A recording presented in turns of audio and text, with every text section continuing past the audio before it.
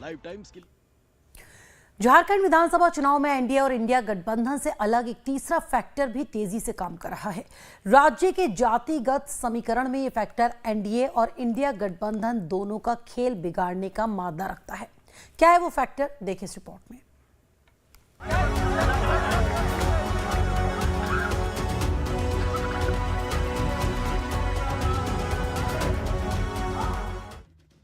झारखंड विधानसभा चुनाव में मुख्य मुकाबला एनडीए और इंडिया गठबंधन के बीच ही है, लेकिन एक नई पार्टी ने दोनों गठबंधनों को परेशानी में डाल दिया है।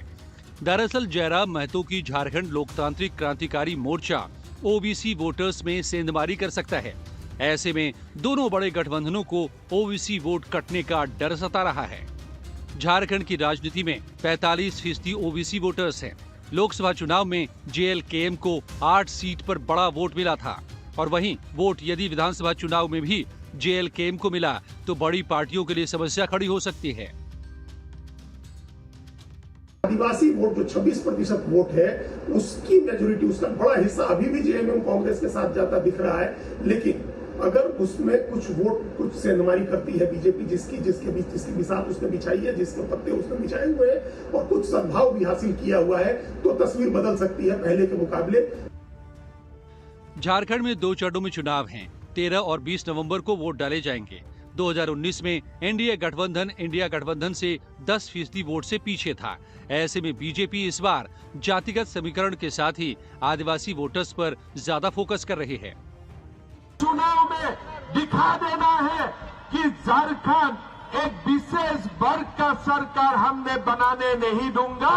ये सरकार बनेगा, हिंदुओं का सरकार बनेगा, आदिवासियों का सरकार बनेगा, शोषित वंचित का सरकार बनेगा। चुनाव है 2019 के विधानसभा चुनाव में बीजेपी को एससी और एसटी के लिए रिजर्व 37 सीटों में से सिर्फ 9 सीटें मिली थी।